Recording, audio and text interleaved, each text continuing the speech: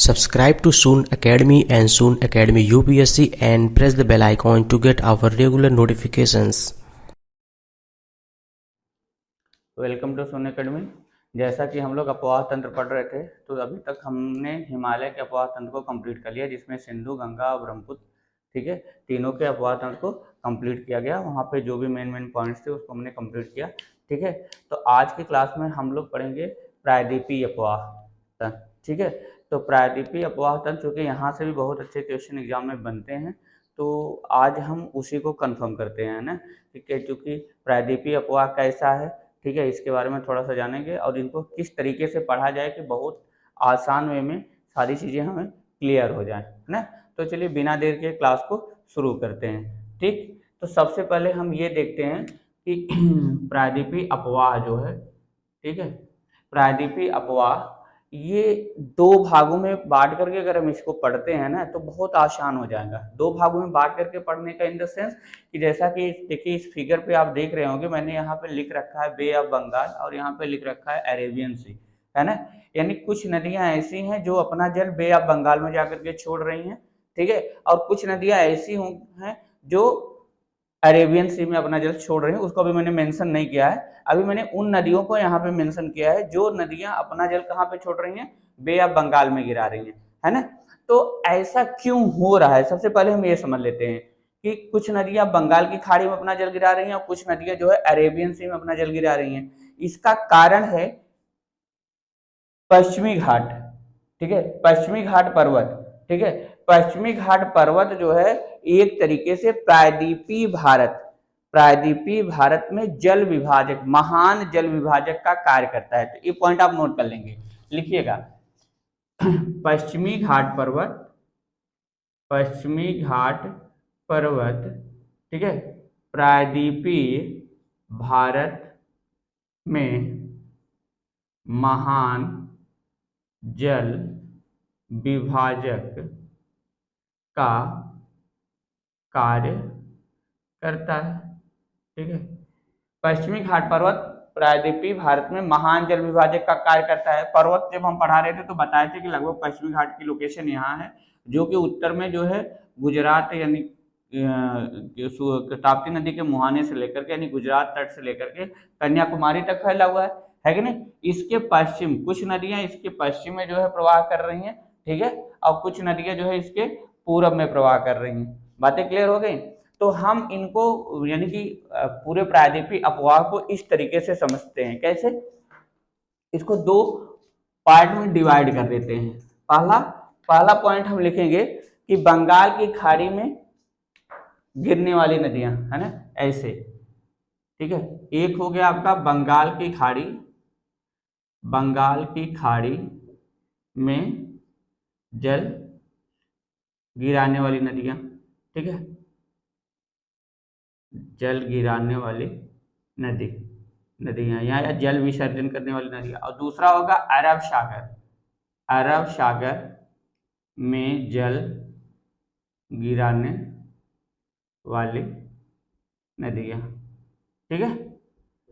तो बंगाल की खाड़ी में जल गिराने वाली नदी और अरब सागर में जल गिराने वाली नदी। तो सबसे पहले अभी हम क्या पढ़ते चल रहे हैं, बंगाल की खाड़ी में जल गिराने वाली नदी ना। तो अगर बंगाल की खाड़ी में जल गिरा रही है, इसका मतलब इन नदियों का अपवाह जो होगा वो पश्चिम से कहाँ होगा, पश्चिम से पूरब की तरफ होगा, ठीक है। पश्चिम से नदियां आ रही हैं और पूरब में यानी कि बंगाल की खाड़ी में जाकर के जल गिरा दे रही है, ये हो रहा है ना। तो इसमें हम देखते हैं कि कौन कौन सी प्रमुख नदी हैं। तो उत्तर से दक्षिण अगर हम देखें पूर्वी घाट तट पे, ठीक है, यानी बे ऑफ बंगाल वाले बैंक पे अगर हम देखें तो सबसे उत्तर में स्वर्णरेखा है, फिर ब्राह्मणी है, बैतरणी है, महानदी, गोदावरी, कृष्णा, पेन्नार, पलार, कावेरी, बैगई और ताम्रपरणी, ये मुख्य नदियां। समझ में आ रहा है ना, ये क्या है, मुख्य नदियां हैं। तो अब इसमें हमें समझना क्या है, पहला एक एक करके समझते हैं। देखिए मूल बातें यहाँ पे क्या समझना होता है। सबसे पहला पॉइंट उद्गम बिंदु हम देखेंगे, फिर उनका विसर्जन देखते हैं कि कहाँ पे जल गिरा रही है, विसर्जन देखते हैं। उसके बाद उनकी हेल्पिंग रिवर पे हम जाएंगे, सहायक नदियों पे जाएंगे, सहायक नदियां कौन कौन सी हैं, ठीक है। उसके बाद अगर आपको ये ध्यान रखना है कि क्या कहाँ से जैसे कितने राज्यों में प्रवाह कर रही हैं, वहां से भी कभी कभी क्वेश्चन बन जाते हैं, ठीक है। और इसके बाद लास्ट जो यहाँ का इंपॉर्टेंट फैक्ट बनता है वो ये बनता है कि इन पे कौन सी परियोजना, क्या किसी परियोजना से जुड़ी तो नहीं है, ऐसे जोड़ करके हमें प्रश्नों को समझना होता है, ठीक है। और एक चीज और आता है कि नदियों के किनारे जो शहर, प्रमुख शहर हैं, तो इसको हम किसी एक क्लास में पूरे भारत की जितनी नदियां हैं उनको हम एक साथ बता देंगे, है ना। तो चलिए फिलहाल शुरू करते हैं जल्दी से। सबसे पहले हम स्वर्ण रेखा को देखते हैं। तो स्वर्ण रेखा जो है रांची का पठार आपको बताया गया था, छोटा नागपुर के पठार का एक पार्ट है, ठीक है। तो रांची के पठार के दक्षिणी भाग से आप यहाँ पे लिखेंगे कि ये रांची के पठार के दक्षिणी भाग से, रांची के पठार के दक्षिणी भाग से निकल करके, ठीक है, रांची के पठार के दक्षिणी भाग यानी मेदिनीपुर, वहाँ जो प्लेस है वो मेदिनीपुर क्षेत्र आता है, पश्चिम बंगाल का पार्ट होता है, ठीक है। वहां से ये नदी निकल रही है और ये देख रहे हैं ना, ये जो यहाँ पे एक तट है, ठीक है, यहाँ पे एक जो तट बना हुआ है, इस पूरे तट को हम बालासोर तट के नाम से जानते हैं। कौन सा तट है? बालासोर तट पर अपना जल गिरा देती हैं। कहाँ पे अपना जल विसर्जन कर रही हैं? बालासोर तट पे। कौन कौन सी नदी? 3 नदी ऐसी हैं जो अपना जल बालासोर तट पे आकर के गिरा रही हैं, जिसमें सबसे उत्तर में स्वर्ण रेखा है, उसके बाद ब्राह्मणी नदी है जो कि छोटा नागपुर पठार से निकल रही है। छोटा नागपुर पठार को इसके बारे में बताया गया था डिटेल्स, ठीक है। इसे भारत का रूर प्रदेश कहते हैं, कोयला का प्रचुर भंडार यहाँ पे है कि नहीं। तो छोटा नागपुर के पठार से निकल रही है ब्राह्मणी नदी, समझ में आ रहा ना? कौन सी नदी? ब्राह्मणी। शुरू में इसकी 2 ब्रांच होती है, एक का नाम होता है शंख, दूसरे का नाम कोयल होता है, ये आपस में मिल जाती है, ब्राह्मणी नदी नाम से आगे बढ़ती है और बालासोर तट पर जाकर के अपना जल गिरा दे रही है। बातें क्लियर हो गई, ठीक है। तीसरी नदी है बैतरणी नदी, जो क्योंझोर पठार से, क्योंझोर पठार है, ठीक है, क्योंझोर पठार से निकल करके, ठीक है, ये भी बालासोर तट पर अपना जल गिरा रही है। कौन सी नदी? बैतरणी नदी। बात समझ में आ रहा है ना? ठीक है, चलिए इसके बाद देखते हैं हम, ये तो 3 छोटी छोटी नदियां हो गई, है ना। बड़ी नदियों में हम आएंगे तो आगे अब हमें मिल रही है महानदी, ठीक है। महानदी जो कि सिंहावा पहाड़ी रायपुर, है ना, सिंहावा पहाड़ी ये रायपुर में है, ठीक है, रायपुर, ठीक है, सिंहावा पहाड़ी यानी रायपुर, वहां से ये निकल रही है, ठीक है। और निकल करके कटक के पास, ये कटक एक जगह है, कटक कहाँ पे पड़ता है? उड़ीसा का एक शहर है ना, कटक के पास अपना जल गिरा रही है। कहाँ पे? बे ऑफ बंगाल में, यानी बंगाल की खाड़ी में, समझ में आ रहा ना। कटक के पास अपना जल गिरा रही, सिंहावा पहाड़ी से निकलती है। महानदी पे ये मतलब इसकी कई सहायक नदियां हैं, जिसमें तेल है, जोक है, मंडा है, ऐसी छोटी छोटी सहायक नदियां हैं। तेल, जोक, मंडा, ऐसा ध्यान रखिएगा महानदी पे, ठीक है। महानदी पे कुछ इंपॉर्टेंट परियोजनाएं हैं, है ना। हीराकुंड परियोजना किस नदी से संबंधित है? महानदी से संबंधित है ना। आइए यहाँ पे थोड़ा थोड़ा हम नोट करते भी चल रहे हैं, ठीक है। इन चीजों को मिटा देते हैं क्योंकि इनका काम खत्म। ये हम समझ गए कि 2 तरीके से हमें समझना है। एक देखिए, अभी मैं अरेबियन सी को भी यहाँ से मिटा दे रहा हूँ, बाद में लिखूंगा जरूरत पड़ेगी तो, ठीक। तो हमें क्या करना है कि कुछ जो इंपॉर्टेंट परियोजना है उसको साथ में कुछ जो इंपॉर्टेंट तथ्य लिखते चलेंगे। जैसे महानदी पर, ठीक है, प्रमुख परियोजना हम पढ़ते हैं हीराकुंड परियोजना। हालांकि परियोजना का भी डिटेल किया जाएगा। हीराकुंड परियोजना है, इसमें जो है 3 बड़े डैम है। एक है हीराकुंड बांध, है कि नहीं, हीराकुंड बांध, ठीक है, और दूसरा है टिकरापारा, और एक है नैराज। हीराकुंड, नैराज और टिकरापारा, समझ में आ रहा है ना, 3 डैम हैं, ठीक है। महानदी को उड़ीसा का शोक कहा जाता था। महानदी को उड़ीसा का क्या कहा जाता था? शोक कहा जाता था, है कि नहीं। लेकिन अब नहीं, डैम जब से बना है तब से चीजें सुधर गई हैं। शोक क्यों कहा जाता था? कहीं न कहीं देखिए, शोक कहा जाने का मतलब ये होता है कि नदियां चूंकि पूर्व दिशा में प्रवाह कर रही हैं, तो ये सब नदियां डेल्टा का निर्माण कर रही हैं। किसका निर्माण कर रही हैं? डेल्टा का निर्माण कर रही हैं, समझ में आ रहा है ना, ठीक है। प्रायद्वीपीय भारत की नदियां जो बंगाल की खाड़ी में अपना जल गिरा रही हैं, या उत्तर भारत की नदियां तो लगभग सभी डेल्टा का निर्माण करती हैं। प्रायद्वीपीय भारत की नदियां जो उत्तर में अपना जल गिरा रही हैं वो डेल्टा का निर्माण करती हैं, सॉरी, बंगाल की खाड़ी में अपना जल गिरा रही हैं वो डेल्टा का निर्माण करती हैं। और जो नदियां अरब सागर में जल गिराती हैं वो एस्चुरी बनाती हैं। अभी मैं लास्ट में आपको डेल्टा एस्चुरी को कंफर्म करता हूँ। तो यहाँ पे देखिए, हीराकुंड डैम हो गया, हीराकुंड हो गया, ठीक है, टिकरापारा हो गया, और नैराज, और कौन सा हो गया, ये नैराज हो गया, है ना। महानदी को उड़ीसा का क्या कहा जाता है, शोक कहा जाता है, ठीक है। लेकिन डैम बनने से चीजें सुधर गई हैं, है ना, अब वहां वो स्थिति नहीं रही। तो बांध का नाम ऐसे लिखते चलिए, हालांकि डैम को तो पूरा परियोजनाओं को हम एक साथ पढ़ेंगे, लेकिन एक बार सुने रहेंगे तो आपको लगेगा कि हाँ मैंने सुना इन चीजों को। चलिए आगे बढ़ते हैं। अब नंबर आता है गोदावरी नदी का, ठीक है। अब नंबर आता है कौन सी नदी का, गोदावरी नदी का, है ना। तो गोदावरी नदी के बारे में जानिए कि ये निकलती कहाँ से है। तो ये गोदावरी नदी नासिक एक शहर है, कहाँ का, महाराष्ट्र में पड़ता है। वहां पे एक पहाड़ी है जिसका नाम है त्र्यंबकेश्वर पहाड़ी। कौन सी पहाड़ी है, त्र्यंबकेश्वर पहाड़ी है। ये त्र्यंबकेश्वर पहाड़ी कहाँ पे पड़ रही है, नासिक में पड़ती है। नासिक कहाँ, किस राज्य में है, महाराष्ट्र में है। तो ये त्र्यंबकेश्वर पहाड़ी से निकलती है, ठीक है। महाराष्ट्र के आगे बढ़ेगी, ठीक है। तो मध्य प्रदेश से होकर के भी आती है, मध्य प्रदेश, उसके बाद तेलंगाना, फिर आंध्र प्रदेश, है ना। ये इस तरीके से इसका प्रवाह है, ठीक। और लास्ट में आकर के, ठीक है, ये यहाँ पे तट जो है रायलसीमा तट पर एक मंदिर है, प्लेस है, अंतार देवी का मंदिर है ना। कौन सा मंदिर है, अंतार देवी, ठीक है, आंध्र प्रदेश में पड़ता है, ठीक है। वहां पे रायलसीमा तट, ठीक है, रायलसीमा तट पर ये अपना जल गिरा रही है, जल बंगाल की खाड़ी में छोड़ दे रही है, समझ में आ रहा है ना। इसके बारे में थोड़ा सा जान लीजिए कि इसकी कई बड़ी सहायक नदियां हैं, जिसमें आपको मिलेगा मंजरी, ठीक है, वर्धा, बेनगंगा, पेनगंगा, ये सब किसकी सहायक नदियां हैं, गोदावरी की। तो अगर आपसे कोई पूछे कि गोदावरी की सहायक नदी, तो आप बताएंगे गोदावरी की सहायक नदी में, ठीक है, गोदावरी की सहायक नदी में मंजरी है, ठीक है, वर्धा है, वेनगंगा है, ठीक है, पेनगंगा है, ठीक है। ये सब गोदावरी के क्या हैं, सहायक नदियां हैं। और इन जो है सहायक नदियों पर भी डैम है, और उसी नदियों के नाम पे डैम है। तो अगर डैम नदियों के नाम पे है, परियोजनाएं नदियों के नाम पर है, तो बहुत ही आसानी से याद हो जाती है ना, ठीक। अच्छा, इसके अलावा गोदावरी नदी पर कुछ स्पेशल परियोजनाएं हैं, मतलब जो पर्टिकुलर गोदावरी नदी पे हैं, जैसे पोचमपाद है ना। तो ये सब कुछ जो नदी के नाम पे परियोजनाएं नहीं है, हमें परियोजनाओं में उन्हीं चीजों को ध्यान में रखना होगा। तो अभी पहले नोट इसको समझ लेते हैं, फिर सारी नदियों की परियोजनाओं को हम एक बार फटाक से आपको क्लियर कराते हैं।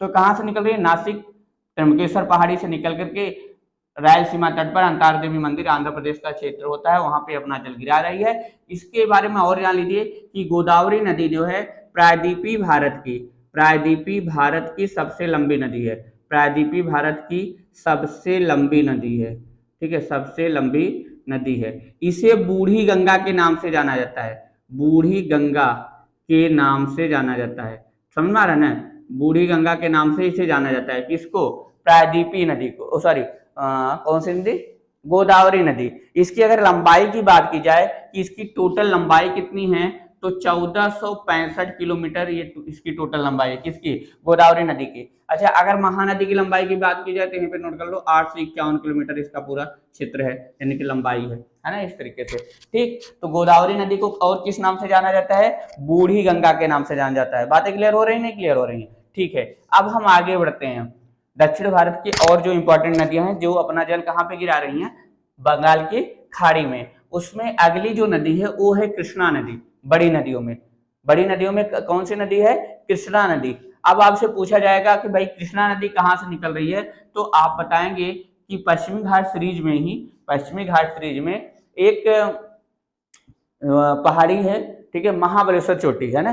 कौन सी चोटी है, महाबलेश्वर। देखो इसको मिटा देने, आप नोट कर चुके होंगे, ठीक है, महाबलेश्वर, ठीक।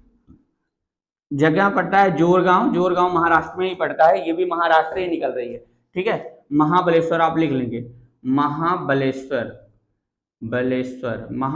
चोटी या महाबलेश्वर पहाड़ी जोरगांव में पड़ता है, जोरगांव महाराष्ट्र, ठीक है, महाराष्ट्र से, ये भी महाराष्ट्र से ही निकल रही है, महाराष्ट्र फिर कर्नाटक तेलंगाना होते हुए आंध्र प्रदेश तक जा रही है ना, ठीक। तो ये अपना जो है पानी कहाँ पे गिरा रही है, विशाखापट्टनम। आप देख रहे होंगे ना, विशाखापट्टनम के बारे में बताया गया था, ठीक है। विशाखापट्टनम वहीं पर जो है क्या है, विशाखापट्टनम के पास ही जो है जहाँ यान का प्रक्षेपण किया जाता है, ठीक है, तो यान के प्रक्षेपण श्रीहरिकोटा जो है प्रक्षेपण केंद्र वहीं पे है, ठीक है। तो ये जो है अपना मंदिर जल जो है विशाखापत्तनम के पास वो एक मंदिर है, कृष्णा देवी मंदिर, कृष्णा देवी मंदिर के पास, यानी कि विशाखापत्तनम, ठीक है, विशाखापत्तनम के पास, वहां पे अपना जल गिरा रही है, आंध्र प्रदेश के तट पर है। ये भी आंध्र प्रदेश में ही अपना जल गिरा रही है। कहाँ पे? आंध्र प्रदेश में। समझ में आ रहा है ना? आंध्र प्रदेश का वो क्षेत्र होता है जहां पे कृष्णा नदी अपना जल गिराती है। ये प्रायद्वीपीय भारत की दूसरी सबसे लंबी नदी है। इसके बारे में आप नोट कर लेंगे, ये प्रायद्वीपीय भारत की दूसरी सबसे लंबी नदी है। टोटल जो लंबाई है वो 1400 किलोमीटर है ना। दूसरी सबसे लंबी नदी है प्रायद्वीपीय भारत की। बात समझ में आ रहा है ना? ऐसे आपसे पूछा जाएगा कि प्रायद्वीपीय भारत की सबसे लंबी नदी, तो आपका जवाब होगा क्या? गोदावरी। दूसरी सबसे लंबी नदी तो कृष्णा हो गई, है ना। दूसरी सबसे लंबी नदी कृष्णा, जो कि बंगाल की खाड़ी में अपना जल गिरा रही है। इसकी कई सहायक नदियां हैं, है ना, जिसमें सहायक नदियों में आप लिख लीजिए भीमा है, मूशी है, तुंगभद्रा है। समझ में आ रहा है ना? घाट प्रभा, माल प्रभा सहायक नदियों में किसकी? कृष्णा की। आगे यहाँ लिखते हैं, ठीक है, कृष्णा की सहायक नदी, कृष्णा की सहायक नदी, है ना। सहायक नदी का नाम याद करना। देखिए, नदी का नाम याद करना बहुत जरूरी है। उससे फायदा आपको ये होगा ना कि जो उस पर डैम वगैरह बने हैं, यानी परियोजनाओं का नाम अपने आप याद हो जाएगा, ठीक है। तो आइए इसको लिख लेते हैं। कृष्णा नदी की सहायक नदी है तुंगभद्रा, जो मूल जो सहायक नदी है उसमें एक तुंगभद्रा हो गया, मूशी है, भीमा है, ठीक है, घाट प्रभा, माल प्रभा, ये सब कृष्णा नदी की क्या है? सहायक नदी है। लेकिन मुख्य सहायक नदी कौन सी है? मुख्य सहायक नदी तुंगभद्रा नदी है। समझ में आ रहा है ना? तुंगभद्रा नदी है, ठीक है। तुंगभद्रा नदी को रामायण में किस नाम से जाना जाता था? इसे अगर पूछा जाए इस तरीके से तो आपका जवाब होगा कि रामायण में तुंगभद्रा नदी को पंपा नाम से जाना जाता था। किस नाम से जाना जाता था? पंपा। और एक चीज जान लीजिए कि विजयनगर साम्राज्य की राजधानी हम्पी, है ना, इतिहास में आप लोग पढ़ते होंगे, ठीक है। यहाँ पे आज लिख लीजिए कि रामायण में, ठीक है, तुंगभद्रा नदी को, ठीक है, पंपा नाम से जाना जाता था। पंपा नाम से जाना जाता था, ठीक है। उसके बाद दूसरा इंपॉर्टेंट पॉइंट आप लिखिए कि विजयनगर साम्राज्य की राजधानी हम्पी, विजयनगर साम्राज्य की राजधानी हम्पी तुंगभद्रा नदी के किनारे स्थित है।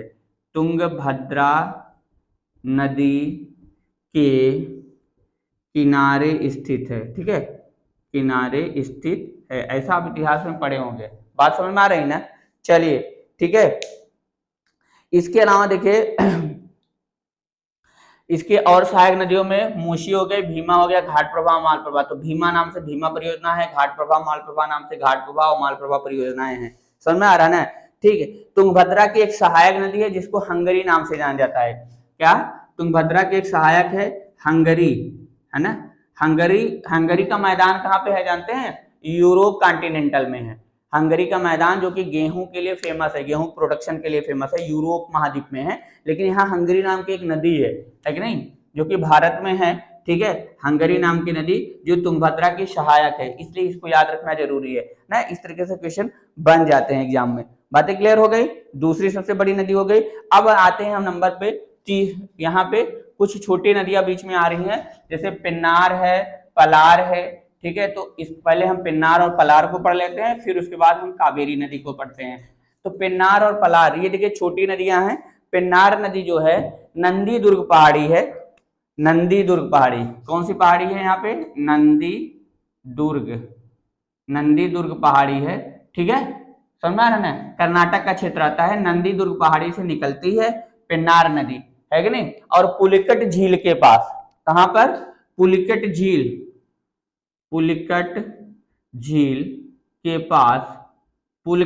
के पास बंगाल की खाड़ी में अपना जल गिरा देती है ना।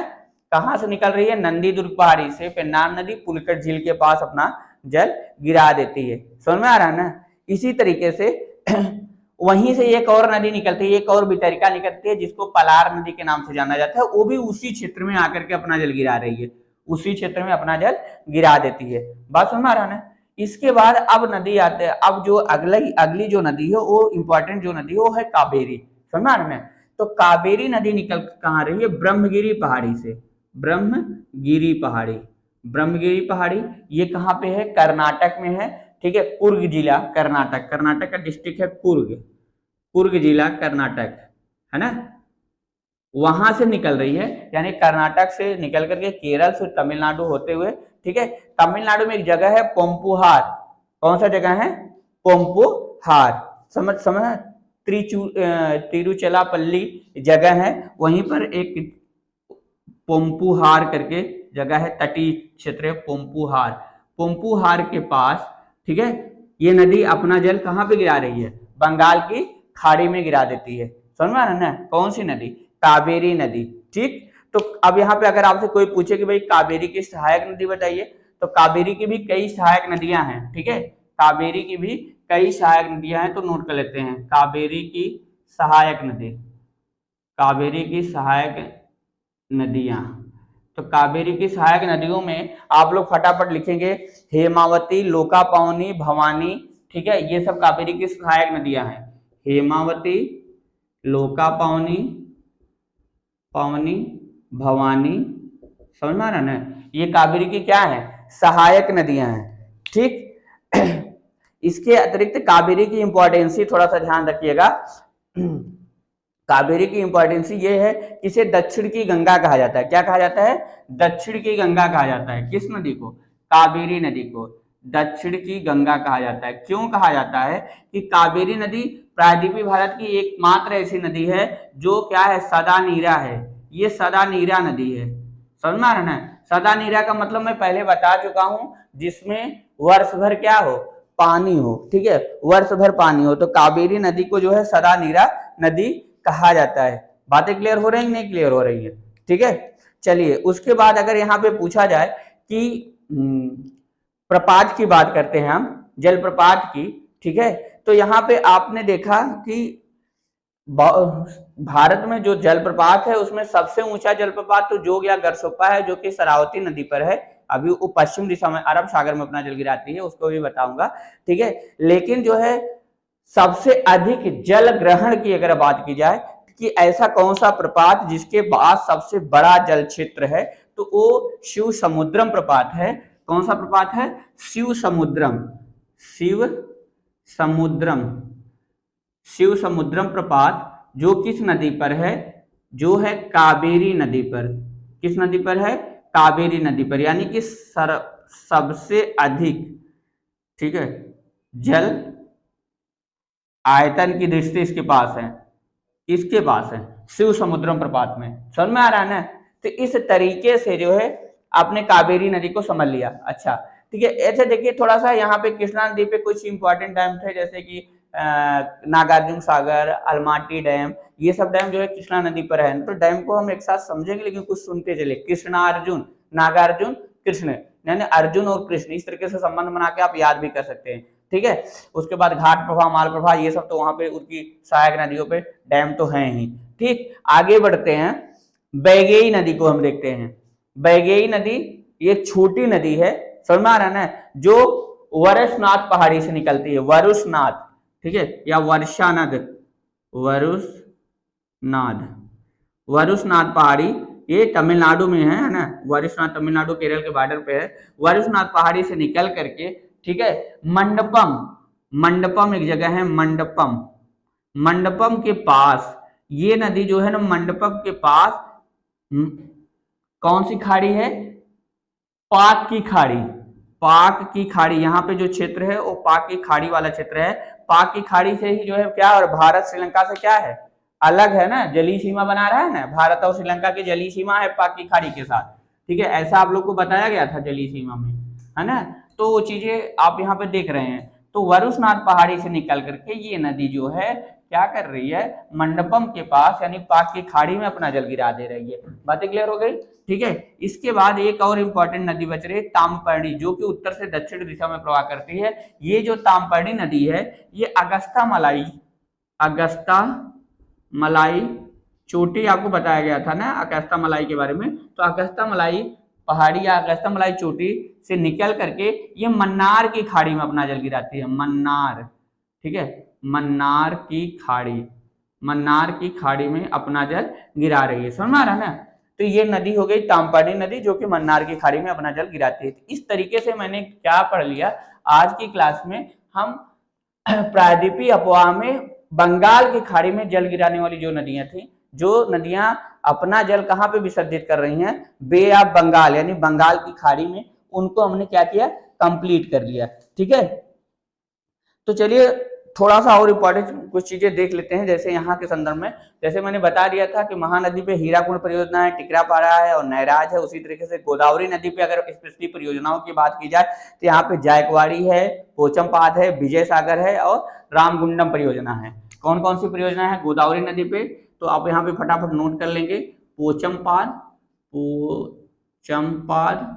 ठीक है, जायकवाड़ी, रामगुंडम, ठीक है, रामगुंडम परियोजना और निजाम सागर, ठीक है, कौन सा, निजाम सागर परियोजना। तो ये इतना तो कौन से हो गए, गोदावरी नदी पे हो गए। कृष्णा नदी की अगर बात की जाए तो कृष्णा नदी पे आप नोट करेंगे फट से, कृष्णा नदी में जो परियोजना है नागार्जुन है, ऊपरी कृष्णा, अलमाटी और श्रीशैलम, ठीक है। तो नोट कर लीजिए नागार्जुन, ठीक है, अलमाटी जो इंपॉर्टेंट है, अलमाटी और श्रीशैलम, ये इंपॉर्टेंट हो गए, ठीक है। इसी तरीके से जो है अगर हम कावेरी नदी पे देखें तो शिव समुद्र मैंने बताया, और दूसरी जो इंपॉर्टेंट है वो आपका मैटूर है, शिव समुद्रम के साथ मैटूर परियोजना, ठीक है। ये बहुत बार ये सब क्वेश्चन पूछे गए हैं, ठीक है। उसके बाद देखिएगा कि यहाँ पे गोदावरी की एक सहायक नदी है इंद्रावती, इस तरीके से प्रवाह करती है, मैंने बताया था इसकी जो सहायक नदियों में है ना। तो इंद्रावती नदी पर एक परियोजना है जिसको मुच्चकुंडम परियोजना कहते हैं, तो आप इस तरीके से लिख सकते हैं, इंद्रावती नदी पर जो परियोजना है उसको हम क्या कहते हैं, मुच्चकुंडम परियोजना। तो समझ में आ रहा है ना। तो इस तरीके से आज की क्लास में हमने क्या कंप्लीट किया कि प्रायद्वीपीय भारत की वो वे नदियां जो अपना जल कहाँ पे जाकर के गिरा रही हैं, बंगाल की खाड़ी में गिरा रही हैं, उनके उद्गम पॉइंट्स, ठीक है, कहां से कहां तक उनका विस्तार है, टोटल विस्तार कितना है, इसको कंप्लीट किया गया। उत्तर से दक्षिण उनका जो है क्रम समझ लिया गया, कहां पे अपना जल गिरा रही हैं, उनपे क्या परियोजनाएं हैं, सबसे बड़ी नदी कौन सी है, उपनाम क्या है, कुछ इस तरीके के जो भी इंपॉर्टेंट फैक्ट्स थे उसको आज की क्लास में कंप्लीट किया गया है ना। इसके अलावा आप एक बात और ध्यान दीजिए कि प्रायद्वीपीय भारत की जितनी भी नदियां हैं, है ना, ये बहुत ही कम अवसादों को लेकर के चलती हैं, है ना, क्योंकि यहाँ पठारी क्षेत्र है, फिर भी पूरब की दिशा में प्रवाह करने वाली नदियां डेल्टा का निर्माण करती हैं। ये पूर्वी घाट को कई जगह पे काट दी हैं, ठीक है, ये डेल्टा का निर्माण की हैं, और यहाँ पे पूर्व तटीय मैदान भी है। पूर्व तटीय मैदान का जो क्षेत्र है वो पश्चिम तटीय मैदान के क्षेत्र से बड़ा क्षेत्र होता है कि नहीं। इसके अलावा पश्चिम दिशा में जो प्रवाह करने वाली नदियां, वो सब नदियां एस्चुरी बनाती हैं, है ना, वो नदियां क्या बनाते हैं, एस्चुरी। तो डेल्टा में क्या होता है कि जब नदियां प्रवाह करते करते सागर के मुहाने तक पहुंचती हैं तो वहां पे अवसादों को छोड़ देती हैं, तो उस क्षेत्र पे एक स्थल खंड का निर्माण या ऐसे नई स्थलाकृति का निर्माण होता है जिसको डेल्टा कहा जाता है। एस्चुरी का मतलब होता है जब नदियां गहरा कटान करती हैं, ठीक है, और या आप कह सकते हैं कि जब वो रिफ्ट घाटियों से होकर के प्रवाह करती हैं तो वो नदियां क्या करती हैं, एस्चुरी का निर्माण करती हैं, ठीक है। तो चलिए आज की क्लास में हम लोगों ने क्या कर दिया कि बंगाल की खाड़ी में गिरने वाली नदियों को कंप्लीट किया। नेक्स्ट क्लास में हम अरब सागर में गिरने वाली इंपॉर्टेंट जितनी नदियां उनको पढ़ेंगे, उनके इंपॉर्टेंट तथ्यों को कंप्लीट करेंगे, ठीक है। तो आज की क्लास को यहीं पे रोकते हैं।